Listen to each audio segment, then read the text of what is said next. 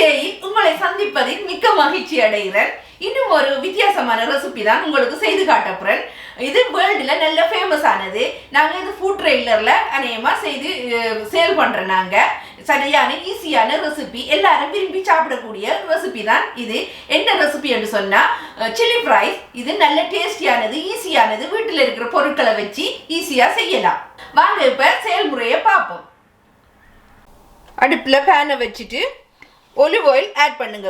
உங்களுக்கு விருப்பமான cooking oil நீங்கள் பாவிக்கலாம். இதுக்கு ஒலிவ் ஆயில் பாவிச்சா நல்ல டேஸ்டியாக வரும். இது தேவையான அளவு பாவிங்க. இந்த எண்ணெய் கொஞ்சம் சூடாகணும்.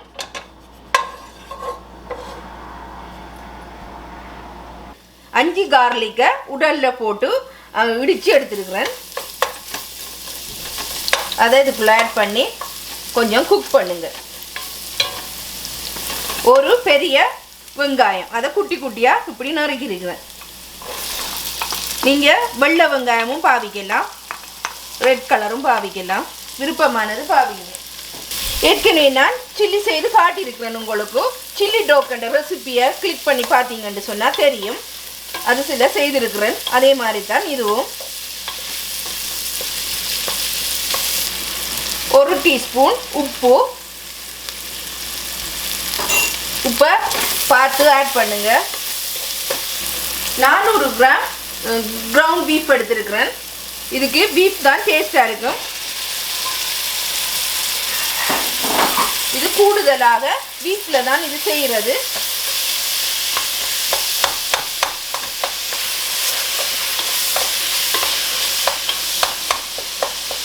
நல்ல வடிவாக மிக்ஸ் பண்ணி வடிவாக குக் பண்ணி எடுங்க.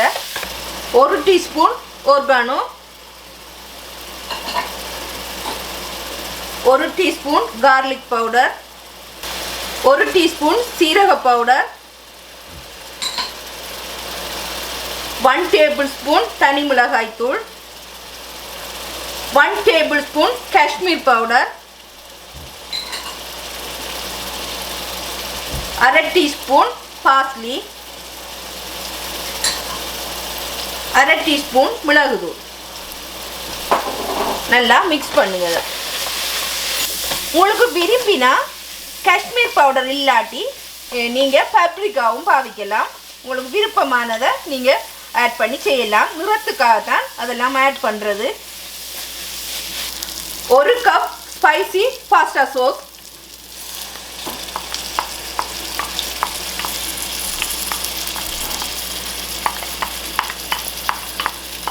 நீங்கள் இதுக்கு பதிலாக டொமேட்டோ பேஸ்ட்டும் பாவிக்கலாம்.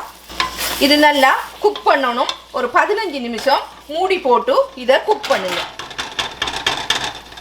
நல்லா குக் பண்ணப்பட்டுது. இது அரை கப் அவிச்ச கிட்னி பீன்ஸ்,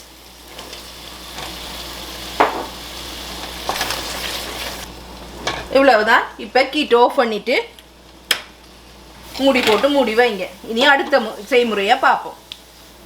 ஒரு பேனை சூடாக்கிட்டு விருப்பமான ஆயில் பாவிங்க. நான் வெஜிடபிள் ஆயில் எடுத்துருக்கிறேன். மற்றது அரை கிலோ ஃப்ரைஸ் எடுத்துருக்கிறேன். அதை இதுக்குள்ளே ஆட் பண்ணி நல்லா பொரிச்சு எடுங்க.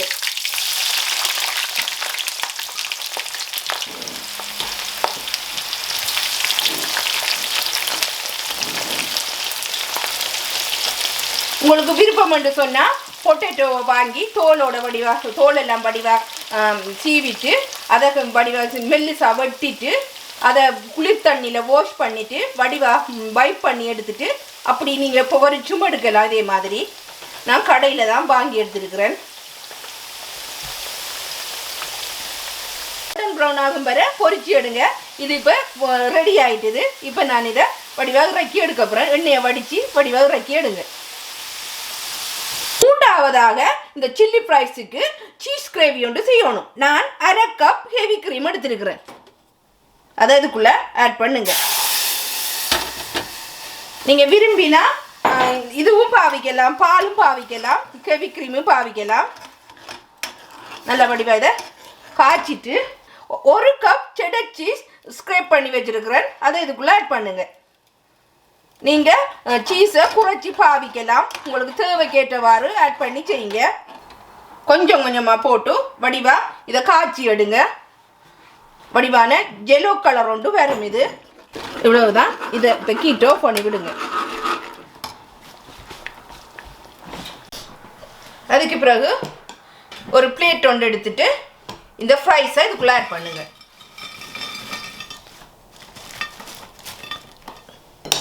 அதுக்கு பிறகு இந்த சில்லியை இதுக்குள்ளே ஆட் பண்ணுங்க. இப்படி பரப்பி வடிவாக விடுங்க. எல்லா இடமும் ஸ்ப்ரெட் பண்ணுங்க.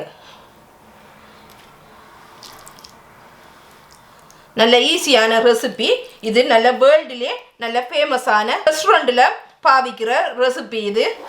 எல்லாரும் நல்லா விரும்பி சாப்பிடுவாங்க இதை. அதுக்கு பிறகு நம்ம காய்ச்சி வச்ச இந்த சீஸ் அதை இதுக்குள்ள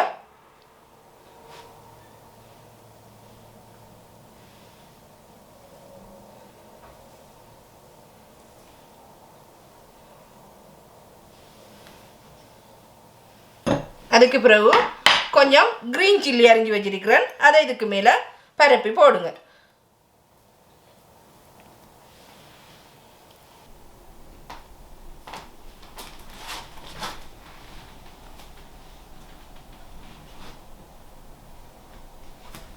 இப்போ நான் சில்லி ஃப்ரை செய்து முடிச்சிட்டேன். நல்ல கிறிஸ்பியாக நல்ல ஸ்பைசியான ஒரு ஈஸியான ஒரு ரெசிபி தான் இது. நீங்களும் வீட்டில் செய்து பாருங்க. செய்து பார்த்துட்டு எப்படி வந்திருக்குன்னு சொல்லி கமெண்ட் பிலோவில் போடுங்க. உங்களுக்கு பிடிச்சிருந்தா லைக் பண்ணுங்க, ஷேர் பண்ணுங்க, கமெண்ட்ஸ் பண்ணுங்க, சப்ஸ்கிரைப் பண்ணுங்க. மீண்டும் நல்லது ஒரு குக் வித் ஜெயில சந்திக்கிறேங்க. பாய் காய், டேக் கேர் எவ்ரிவன்.